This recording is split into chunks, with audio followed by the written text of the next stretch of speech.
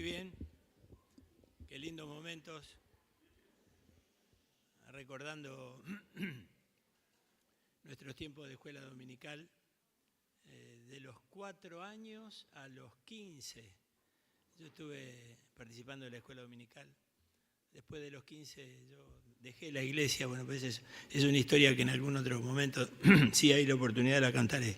Pero fui formado en esa escuela, con maestros que se empeñaban en estudiar para transmitir la verdad de la palabra y así formar a las nuevas generaciones. Así que damos gracias a Dios una vez más por los maestros de la iglesia. Muy bien. Estamos estudiando el libro de Job. Estamos viendo algunas cosas que hay en él. Este libro de Job que, bueno, ya se ha dicho mucho, ¿no es cierto?, acerca del libro.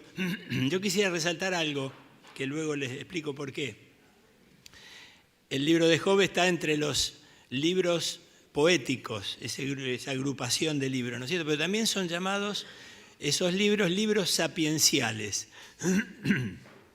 Y menciono esto no para dar un dato más, sino para subrayar la importancia que tiene la lectura del libro, el estudio del libro, porque justamente se llaman así porque hay mucha sabiduría en ellos. Y mucha sabiduría de esa sabiduría práctica, porque ustedes saben muy bien y se ha hablado mucho acerca de la diferencia entre la inteligencia y la sabiduría. Bueno, una cosa es tener mucho conocimiento, otra cosa es tener sabiduría. Una vez leí una frase que trataba de mostrar esa diferencia y decía: la sabiduría le dice a la inteligencia lo que tiene que hacer con todo lo que sabe. Mira qué interesante, ¿no? Porque hay personas con mucho conocimiento que por ahí no tienen esa sabiduría para saber actuar en la vida. Bueno, este libro es un libro de sabiduría. Hay muchas cosas para aprender de él. Antes de ir al capítulo 13 que me han asignado a partir del verso 11, gracias. Gracias, bueno, muchas gracias. Ahí. Me voy a ahogar, hay 3 vasos acá. Antes de ir al texto que me han asignado, el capítulo 13, del 11 al 15, yo, si ustedes me permiten, quisiera hacer algunas consideraciones generales del libro, que a mi juicio creo que son importantes porque por ahí puede haber alguna confusión en algunos cuando se lo lee. Y yo sé que aquí hay muchos hermanos conocedores de la Escritura, pero tal vez a algunos le hace bien lo que quiero decir. Bueno, aquí seguramente muchos hermanos han leído varias veces este libro completo. No es un libro fácil para leer. Hay otros que a lo mejor no lo han leído todo, han leído parcialmente, pero como una sugerencia, porque yo lo he vuelto a leer a partir de este pedido que me han hecho de presentar la palabra, y lo he hecho completo con la ayuda de una versión popular. La Biblia de Dios habla hoy. Yo te animo a que te metas en el libro de Job leyéndolo con esa versión y te va a ayudar mucho a entender, porque la versión Reina Valera por ahí tiene algunas frases proverbiales, algunos modismos, algunos hebraísmos que por ahí no es de fácil comprensión, pero con una versión popular te va a resultar mucho más fácil. Bueno, como decía, algunas consideraciones generales. Lo primero que quiero mencionar es que el drama que este libro relata, que vive este hombre, Job, tiene su origen en el mundo espiritual. Y por ahí podemos cerrar si no partimos de esta premisa, si no partimos de este lugar. Por ejemplo, los amigos de Job se equivocaron feo porque no tenían en cuenta esto, porque ellos creían que el problema de Job era causa de alguna cuestión que Job tenía en el mundo natural. En el mundo espiritual se origina esto, está eso en el primer capítulo, ¿no es cierto? Y a raíz de eso, entonces yo puedo decirles que en esta dimensión en la que nosotros nos movemos, el mundo natural, y está el mundo espiritual, y entre esos mundos hay una interactuación siempre estar interactuando, el mundo natural y el mundo espiritual.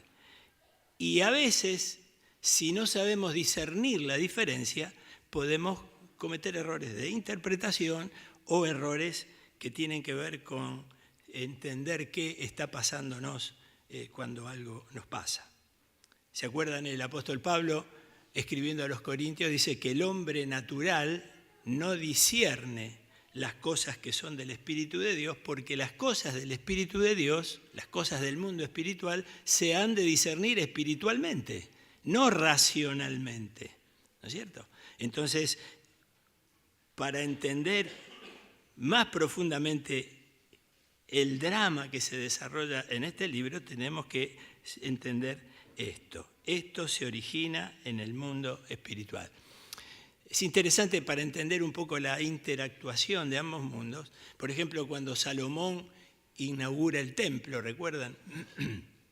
Él hace esa oración y Dios le dice a Salomón: si yo cierro los cielos, si yo mando peste, si yo mando langostas que devoren la tierra, Dios le está diciendo, yo lo hago por causa del pecado, ¿no es cierto?, del pueblo. Dice, si se humilla mi pueblo, si no busca una solución al problema en el mundo natural, sino en el mundo espiritual, si se humilla mi pueblo, si se vuelven de sus malos caminos y oran, dice, yo perdonaré sus pecados y sanaré su tierra. Entonces es muy interesante que cuando nos metemos en este libro de Job, entendamos esta situación. Todo lo que pasa en el mundo de Job tiene su origen en el mundo espiritual. Satanás, el Señor y todo lo que el primer capítulo nos muestra. Lo menciono porque vale la pena que tal vez uno de los pasajes más claros donde se muestre esta interactuación del mundo natural y el mundo espiritual, lo tenemos en la carta a los Efesios, cuando el apóstol Pablo habla de que nuestra batalla espiritual, y en nuestra batalla no es contra carne y sangre, que a veces los problemas se manifiestan a través de carne y sangre, pero tenemos que ver discerniendo espiritualmente lo que hay detrás de la carne y la sangre. Porque en definitiva el apóstol dice que nuestra lucha es contra principados, potestades, gobernadores de las tinieblas, huestes espirituales de maldad. ¿Dónde? En las regiones celestes. La otra cosa que digo, como una consideración general, es que no se trata este asunto de una pulseada, sabemos lo que es una pulseada, ¿no es cierto? Una confrontación de fuerzas. No se trata de una pulseada entre Dios y Satanás para ver quién gana sobre Job, el corazón de Job, la voluntad de Job. Porque alguno puede pensarlo así, la eterna lucha entre el bien y el mal. Acá no está planteado eso. El yin-yang, como llaman los orientales, es una filosofía que no tiene nada que ver con la Biblia. Aquí no se trata del poder de Satanás y el poder de Dios tratando de ver quién influye más sobre la vida de este hombre. No. Entonces podemos hacernos una pregunta. Cuando Dios le dice a Satanás, ¿has visto a mi siervo Job? ¿Qué está haciendo Dios? ¿Está queriendo demostrarle a Satanás lo bueno que es el siervo que él tiene? No sé qué pensarán ustedes, pero para mí la respuesta categórica es no, de ninguna manera. Dios no tiene que mostrarle nada a nadie. Aquí no se está desarrollando una pugna entre Satanás y Dios, entre el bien y el mal, porque Dios no compite con nadie. Hay un atributo de Dios que corre a lo largo de la Biblia, pero que en este libro se hace totalmente manifiesto, que es la soberanía de Dios. Dios es soberano, no hay nadie por encima de Dios. Él es el más grande, Él es el creador. Satanás es una criatura de Dios, no es alguien que pueda competir con Dios. El Salmo 135 dice así: yo sé muy bien que el Señor nuestro Dios es más grande que todos los dioses. El Señor hace todo lo que quiere, en el cielo, en la tierra, en el mar y en todos los abismos. Ese es nuestro Dios, soberano, no hay otro como Él. Lo hemos cantado, lo cantamos, ¿no es cierto? Pero entendamos esto, Satanás no compite con Dios, nadie compite con Dios, sino que Dios es soberano y este conflicto tiene otra razón. Hablando de la soberanía de Dios, yo anoté algo que un maestro de la Biblia, Jack Kelly, fallecido hace poco, dice, y hablando de este libro, dice, Dios es soberano y puede hacerlo todo, pero Él también es justo y no actúa sin ninguna justificación. Dios no actúa arbitrariamente. No fue por capricho que Job fuera afligido. Siempre hay una justificación para las acciones de Dios. Este es un asunto muy importante cuando hablamos de los atributos de Dios. Dios puede hacer lo que quiere, pero Él está limitado por las propias leyes que Él se ha impuesto. Porque junto con la soberanía de Dios hay otro atributo extraordinario que es la santidad de Dios. Y cuando hablamos de santidad, la de Dios, y por supuesto cuando hablamos de la santidad que el creyente debe tener, estamos hablando del carácter, ¿no es cierto?, de Dios. No hay ninguna imperfección, no hay ningún atisbo de sombra de algún capricho que Dios quiera hacer. Por ejemplo, los musulmanes, que ustedes saben es una religión de obras, aunque ellos saben que aunque hagan todo lo que tienen prescripto hacer, si a Dios se le antoja los va a mandar al infierno porque Él puede hacerlo. Pero ese no es nuestro Dios, no es el Dios de la Biblia. Dios es soberano y hace lo que quiere, pero todo lo que hace lo hace con un propósito, con una justificación, porque Él también es santo, santo, santo. Y acá cabe una pregunta, ¿y entonces qué pasó acá? Voy a darles mi mirada, que a lo mejor no puede ser compartida por todos, está bien. Lo que yo creo que aquí está pasando es otra cosa. Es Dios que en su soberanía, en su santidad, en sus propósitos eternos y más altos que los nuestros, como dice el profeta Isaías, decide que llegó la hora de poner a su siervo Job en un proceso de perfeccionamiento, de limpieza, para hacer de este hombre que, según Dios mismo atestigua, era recto, temeroso de Dios, apartado del mal, pero este hombre necesitaba pasar por lo que podemos definir como el horno de Dios. Y con este planteo yo quiero seguir adelante entonces con la presentación que quiero hacerles. El profeta Malaquías dice que Dios es fuego purificador y se sentará a purificar a su pueblo, los purificará como al oro y a la plata en el fuego. Esto es lo que yo creo que está pasando. Su origen en el mundo espiritual, las razones Dios las tiene y en su soberanía lo hace con su justicia y sus propósitos eternos. Bueno, otra pregunta. ¿Y entonces Satanás? Perdonen la expresión, ¿qué pito juega? Bueno, Dios es soberano y Dios usó a Satanás para sus propósitos. Es Dios quien está usando, no es Satanás quien está, como Dios mismo dice, me incitaste. ¿Alguno puede hacerle pisar el palito a Dios para que haga algo que no quiere? Es Dios que está usando a Satanás para el propósito que se ha propuesto. Isaías dice, yo he creado al herrero, al que atiza las ascuas en el fuego y saca la herramienta para hacer su obra. El herrero hace las cosas, pero yo lo creé al herrero. Y dice, y yo he creado también al destructor para que destruya. Dios, en su soberanía, pone a este hombre en el horno de fuego y usa aún a Satanás para sus propósitos. En el Evangelio de Lucas, ¿recuerdan? Jesús le dijo a Pedro, y no lo llama Pedro, lo llama Simón, su antiguo nombre. Le dice, Simón, Simón, Satanás los ha pedido a ustedes para zarandearlos como a trigo. ¿Quién los quiere zarandear? Satanás. ¿Y qué hizo Satanás para zarandearlo? Pidió autorización a Dios. ¿Y Dios se la concedió? Sí, se la concedió. ¿Y por qué se la concedió? Porque Pedro necesitaba ser sacudido. ¿Recuerdan? Pedro dijo, no, Señor, yo no, aunque todos te dejen, yo aún hasta la muerte te voy a seguir. Y el Señor entendió que Pedro necesitaba ese sacudón. Había mucha suficiencia, mucho, me gusta decirlo así, mucho cartón pintado en la fe que profesamos algunos.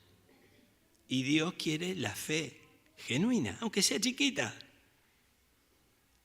O no es Pedro, el mismo Pedro, que luego, ya viejo y habiendo aprendido muchas cosas, dice en su primera carta que aun cuando sea necesario, por algún tiempo ustedes tienen que atravesar diversas pruebas. ¿Cómo, Pedro? Si es necesario. ¿Quién dice que es necesario?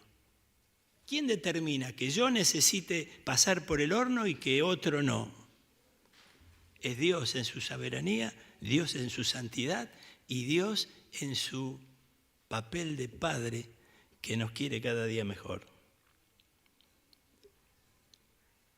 ¿Y cómo lo hace? Pedro dice, la fe de ustedes es como el oro. ¿Y el oro cómo se purifica? Pasa por el fuego.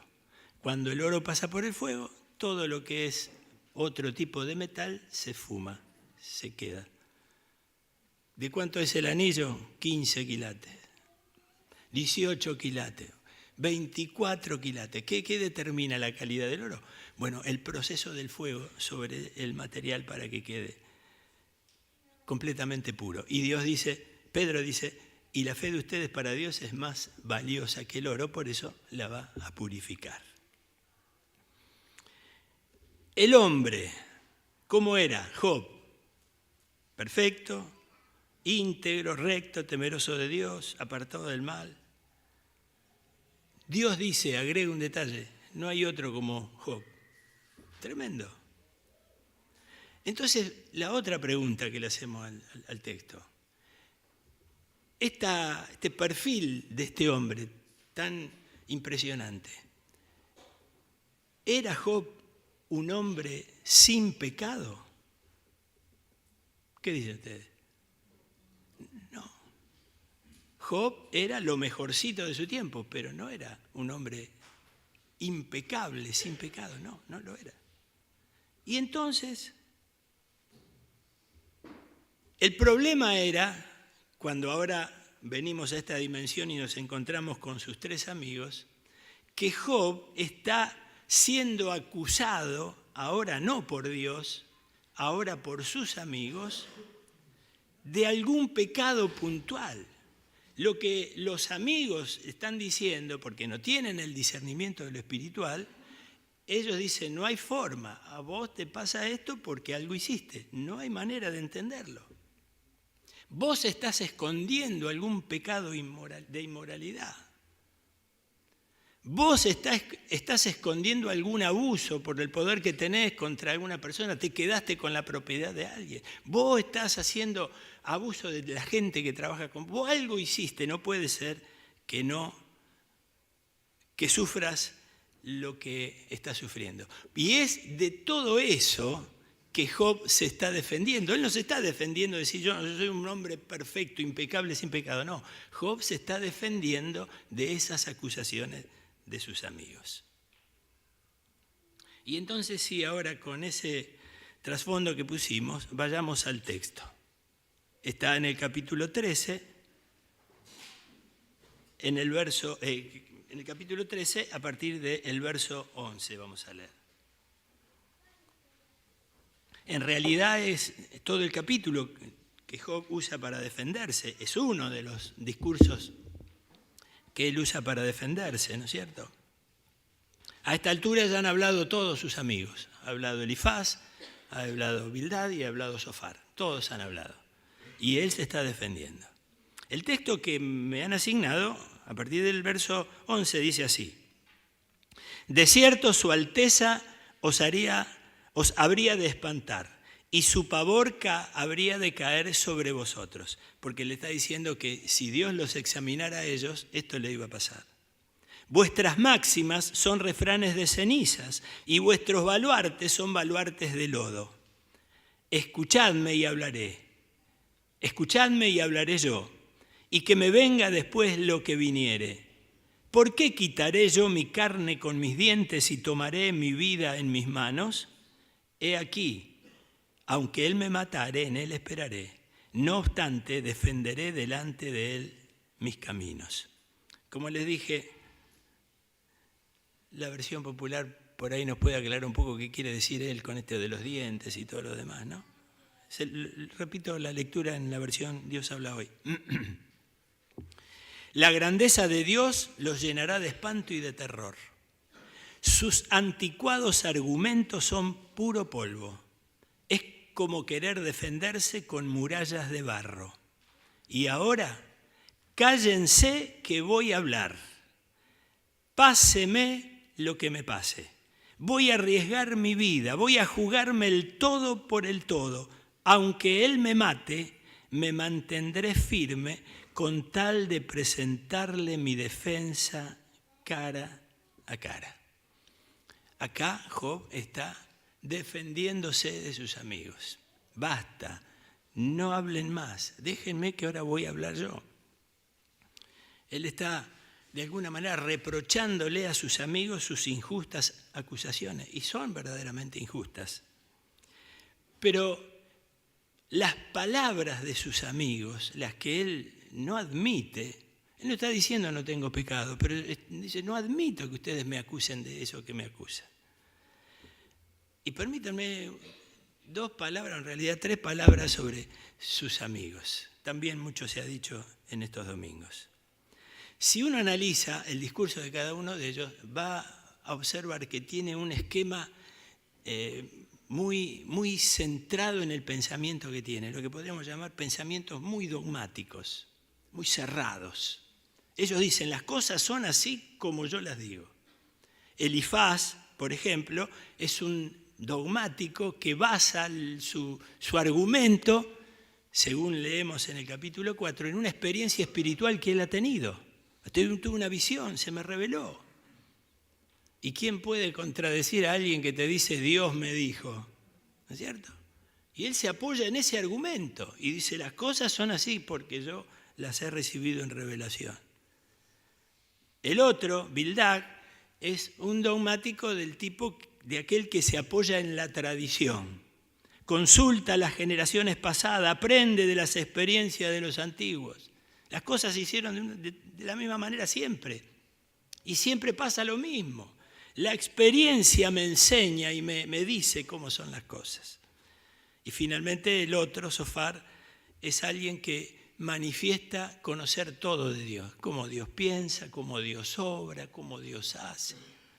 Es tremendo el pensamiento cerrado cuando uno se enfrenta con una persona así.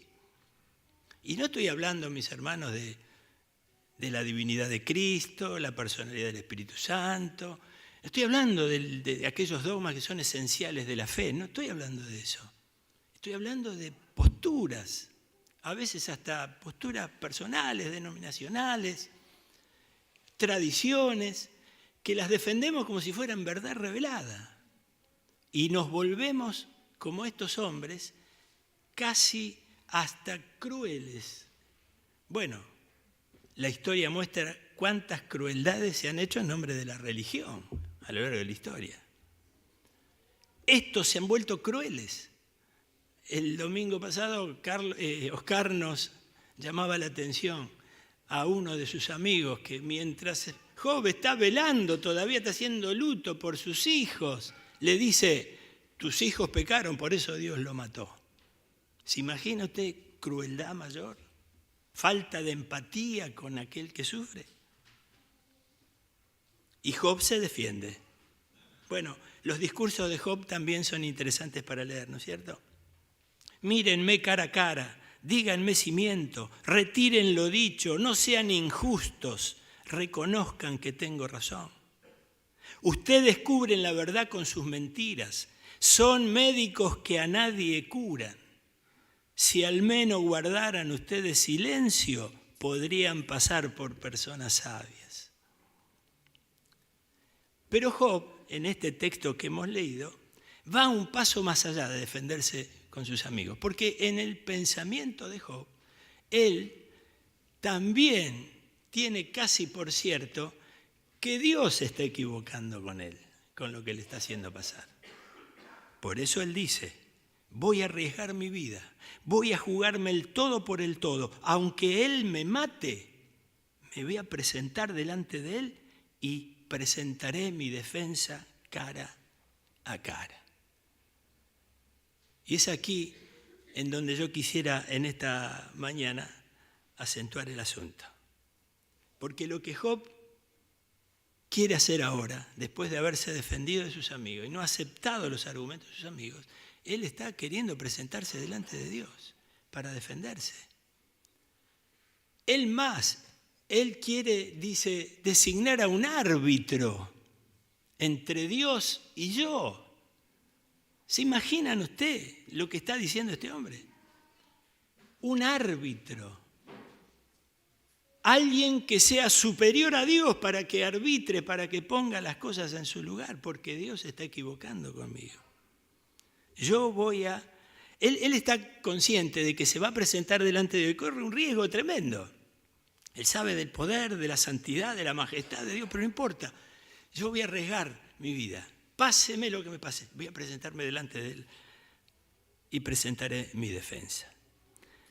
Y entonces la pregunta es, ¿con qué argumentos Job se quiere presentar delante de Dios?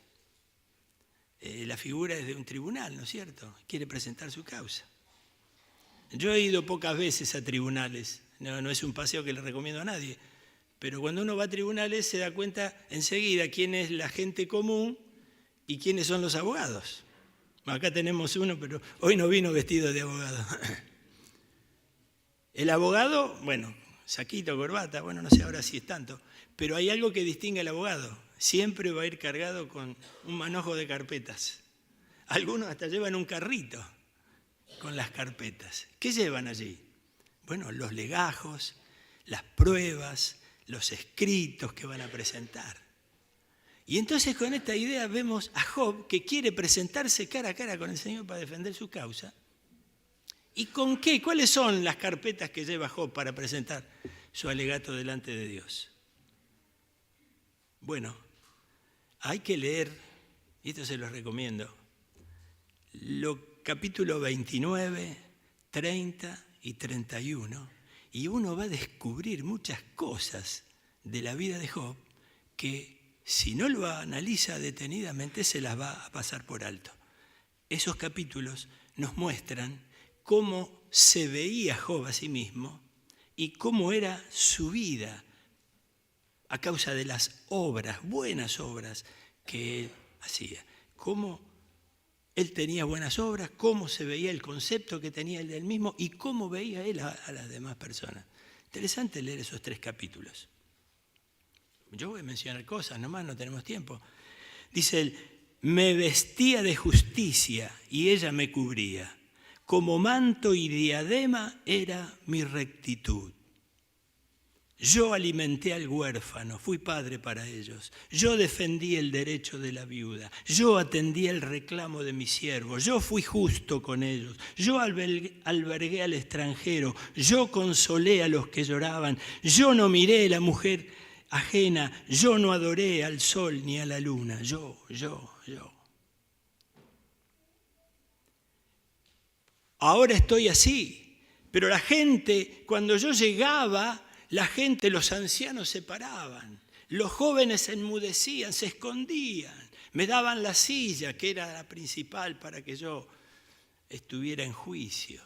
Pero ahora que me ven así, dice, hay gente que se burla de mí. Esa gente dice que yo ni la hubiera puesto con los perros que cuidan mi ganado. Fíjese usted.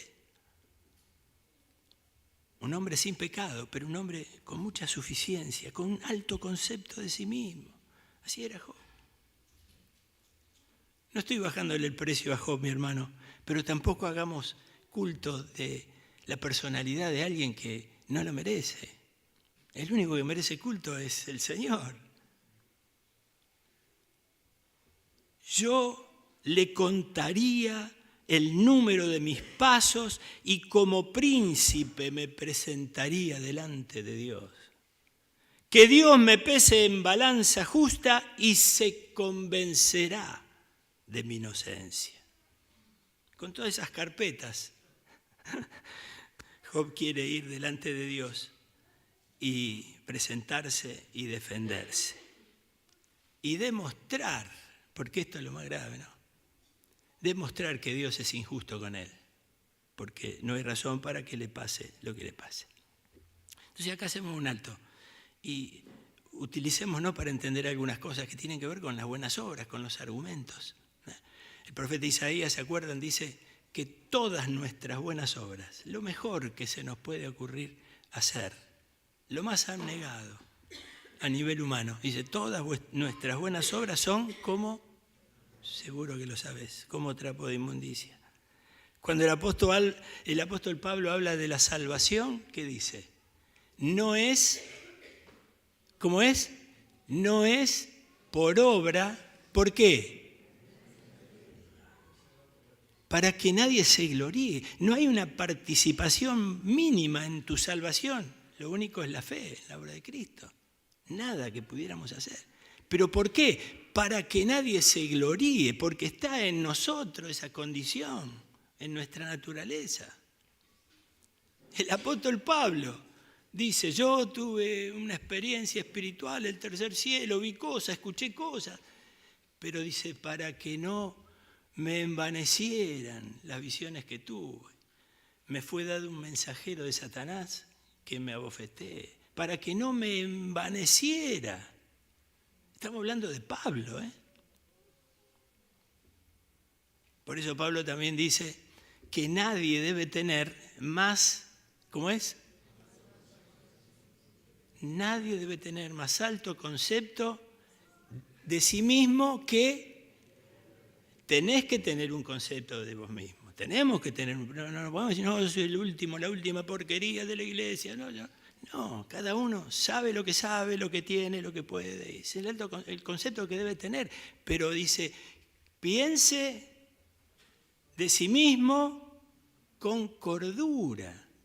Y acá llegamos a un punto, hermanos, que por ahí volviendo a Job, nos hace entender cómo quería ir con esas carpetas a presentarse delante de Dios. Dice, piense con cordura porque el orgullo nos aliena, nos hace pensar más de lo que somos. Nadie tenga más alto concepto del que debe tener si no piense de sí con cordura. Con todo en su mochila, Job se quiere presentar delante de Dios. Y está firme en su intención, aunque Dios lo mate. Aunque sabe que lo puede matar, sabe de la grandeza de Dios. Pero él lo voy a hacer. Aunque me mate, me voy a presentar delante de él. Y esto es una expresión de una persona que sufre, ¿no es cierto? Que está lleno de por qué y por qué y por qué, que no entiende, y hasta ahí lo comprendemos, ¿no es cierto? Pero parte del desconocimiento que tiene de Dios. Es que a veces cuando Dios nos decide meter en ese horno, es porque algo quiere hacer con nosotros. Y Dios quería cambiar ciertos conceptos en la vida de Job. Fíjense que él dice, aunque me mate, Job no entiende que Dios no lo iba a matar. Al contrario, Dios le dijo a Satanás, ojo, no toques su vida, porque si fuera por Satanás lo mataba, como te quiere matar a vos y a mí. Pero tenemos a Dios que le pone límite, porque es un ser creado. Dios no lo iba a matar, Dios lo estaba trabajando, Dios lo estaba formando, lo estaba poniendo en la rueda del alfarero, dándole la forma que él tenía. Dios lo está puliendo, Dios lo está perfeccionando para que su vida sea más plena. Todas estas cosas que dice Job, como dije, parte de una persona que está viviendo un terrible dolor, ¿no es cierto? Y él tiene estas expresiones. Y como dice el autor a los Hebreos, él está viviendo esa experiencia que vivimos todos cuando estamos en la mitad de la disciplina, en el medio de la disciplina. A nadie, dice, le agrada. A nadie le gusta recibir la disciplina. Y en el momento que la recibimos, dice, nos duele. Pero si aprendemos la lección, si dejamos que el Señor siga trabajando, esa disciplina produce un fruto de justicia. Así dice. Por eso Pedro, y vuelvo a lo que decía antes, dice, aunque ahora por un poco de tiempo, si es necesario. Generalmente cuando escuchamos eso decimos, a fulano le vendría bien un poquito de horno. Claro, porque a veces, mis hermanos, no podemos contener eso que está en nuestra carne, en nuestra naturaleza, la soberbia, la altivez. Dicen que la soberbia es como el mal aliento. El que lo tiene no se da cuenta, pero los que están alrededor disparan. Y es así que Dios a veces tiene que trabajar con nosotros porque nos quiere sacar eso que no está bueno. La altivez, la jactancia, lo que soy, lo que hice, lo que puedo, lo que tengo. Si es necesario, dice Pedro, Dios va a hacer lo que tiene que hacer. Te va a doler. ¿Recuerdan cuando éramos chicos? Ahora no se le pega tanto a los chicos, pero nos daban un chilo y decía mi papá, a mí me duele más que a vos. El chilo lo recibía yo.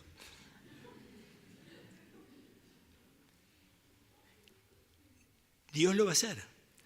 Hebreos, que mencionamos, interesante que menciona 3 niveles en los cuales Dios actúa cuando trabaja con nosotros. Él dice, Dios reprende, Dios disciplina, ¿y qué más dice? Azota. ¿Por qué estos 3 niveles? Y porque hay algunos de nosotros que se nos dicen las cosas y necesitamos un poquitito más la clavija más ajustada. Y viene, aunque no de resultado, necesitamos el azote. Como dije a los chicos, hoy no se le pega tanto, ¿no? Pero el proverbio dice, dale con la vara a tu hijo porque no lo vas a matar si le pegas. Al contrario, si lo dejás sin disciplina, terminará siendo vergüenza para la familia. Son distintos niveles de trato que Dios tiene con nosotros. Él sabe cómo tratarme, sabe cómo tratarme a mí, sabe cómo tratar a cada uno de nosotros. Él sabe. ¿Y por qué lo hace? Bueno, el mismo autor a los Hebreos dice, para que participemos de su santidad. Me encanta eso.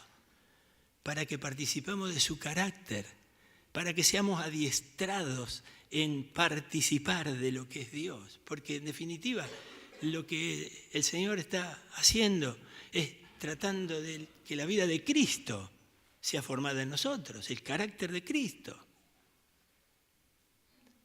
Job está pasando por este horno. Y en este horno, en el cual está pasando, Job hace algunos descubrimientos que solamente en las crisis uno hace. En primer lugar, Job conoció a su esposa. Yo sé que algunos tienen simpatía con la mujer de Job, ¿no? Pero la verdad, no entendió aquello de que en la pobreza, en la enfermedad, no, eso no lo entendió. Conoció cómo era su esposa. Job conoció cómo eran sus amigos, verdaderamente. Job, lo más importante, se conoció a sí mismo. El concepto que él tenía de sí mismo, cómo miraba a los demás. Y Job, que se dio cuenta que era insuficiente, orgulloso, confiado en sus obras, se dio cuenta que no sabía nada, que hablaba sin saber, como dice, como confiesa al final. Lo más importante ahora sí que Job conoció a Dios de verdad. De oídas te había oído, pero ahora mis ojos te ven. Yo hablaba lo que no entendía, ahora me callo la boca, háblame y yo escucho. Me retracto, me arrepiento de todo lo que dije.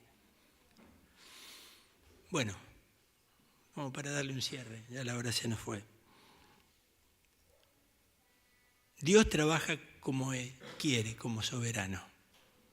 Isaías dice, le dirá el barro al alfarero, che, ¿qué estás haciendo? Una figura bizarra, ¿no es cierto? Como si el barro hablara. ¿Y qué somos nosotros? ¿Somos barro? Y a veces no discutimos con Dios. Cuando tenemos que aprender, como el mismo Isaías dice, tú eres nuestro Padre, nosotros somos barro, tú eres el que nos da forma, nosotros todos somos obras de tus manos. ¡Qué maravilla! Job entendió, y debemos entenderlo nosotros, mi hermano, que Dios quiere quitarnos todo vestigio de orgullo que pueda haber en nuestra vida, quiere limpiarnos. Y lo hace como Él sabe. En el Salmo 119 el salmista dice, me hizo bien haber sido humillado. Fíjese lo que dice. Me hizo bien haber sido humillado porque así aprendí tus estatutos. Es que a veces, como en esta mañana, y en primer lugar para mí, porque yo la leí primero que ustedes, la recibí primero que ustedes, Dios envía la palabra para hacer una obra sanadora. El salmista dice, hablando de eventos del pasado, Dios envió su palabra y los sanó y los libró de su ruina. Y hay un orgullo, con esto termino, ténganme un minuto más de paciencia porque creo que debemos oírlo. Hay un orgullo que es el peor de todos. Cualquier orgullo es maloliente, ¿no? Pero si hay un orgullo fétido, es el orgullo espiritual. De aquel que se cree mejor que otro espiritualmente, que mira por el hombro a los demás.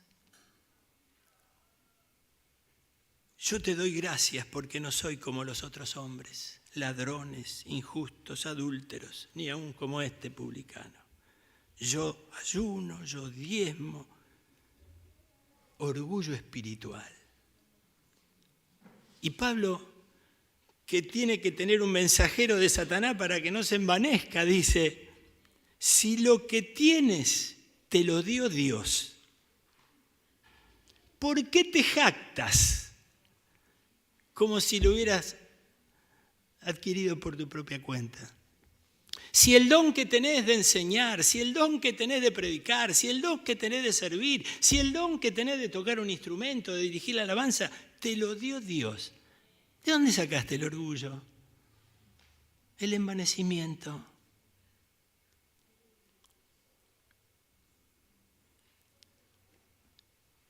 Tú dices, fíjense, esto es tremendo.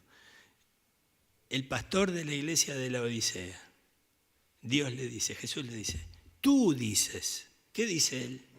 Dice lo que él se cree que es. ¿Y cómo se ve él? Yo soy rico, me he enriquecido, no tengo necesidad de nada. Si es la mirada que tenemos de nosotros mismos, el concepto que tenemos de nosotros mismos, ¿qué nos devuelve el espejo cuando nos miramos? Soy rico, me he enriquecido por mi esfuerzo, no necesito de nada. De repente Jesús le dice la verdadera visión de esa persona. Yo te digo que vos sos un desventurado, un miserable, un pobre, ciego y desnudo. Este es el problema, mis hermanos. Job, en esta mañana, podríamos decir, en esta mañana todos somos Job.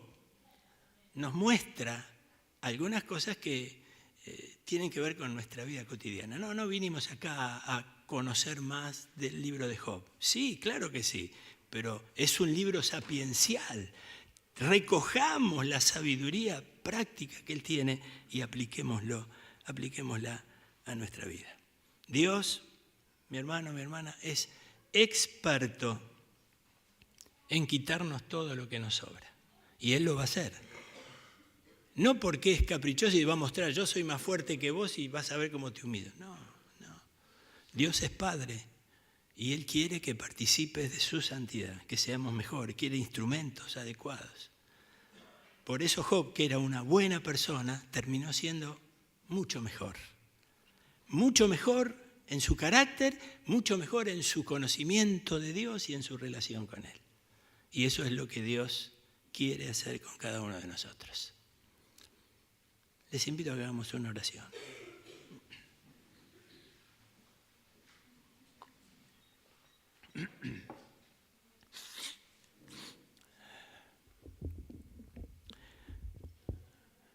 Sí, Señor, en esta mañana hemos sido confrontados con tu palabra y tú siempre esperas respuesta de nosotros a lo que nos dices. Gracias, Señor. Y queremos en esta mañana terminar, Señor, este momento, haciendo una oración juntos. Yo te invito, mi hermano, que si realmente vos pensás que necesitas esa mano de Dios, me acompañes y hagamos juntos esta oración cantándola y le digamos al Señor: renuévame, Señor Jesús, ya no quiero ser igual. Renuévame, Señor Jesús, pon en mí tu corazón, porque todo lo que hay dentro de mí necesita ser cambiado, Señor. Porque todo lo que hay dentro de mi corazón necesita más de ti. Porque todo lo que hay dentro de mí necesita ser cambiado, Señor. Porque todo lo que hay dentro de mi corazón necesita más de ti. Sí, Señor. Te damos gracias por tu paciencia, por tu misericordia y por tu trato, Señor, con nuestras vidas. Líbranos, Señor, de todo aquello que se parezca a ese ego que quiere gobernarnos. Haznos con la mansedumbre y la humildad de Jesucristo, Señor. Límpianos, quita todo lo que nos sobra. Usa los instrumentos y los medios que tú sabes hacerlo, porque si tú lo haces, siempre será para sanidad de nuestras vidas. Te damos gracias, Señor, en esta mañana por recibir tu palabra y te damos toda la gloria, toda la honra y toda la alabanza en el nombre de Jesús. Amén. Amén. Dios les bendiga, mis hermanos.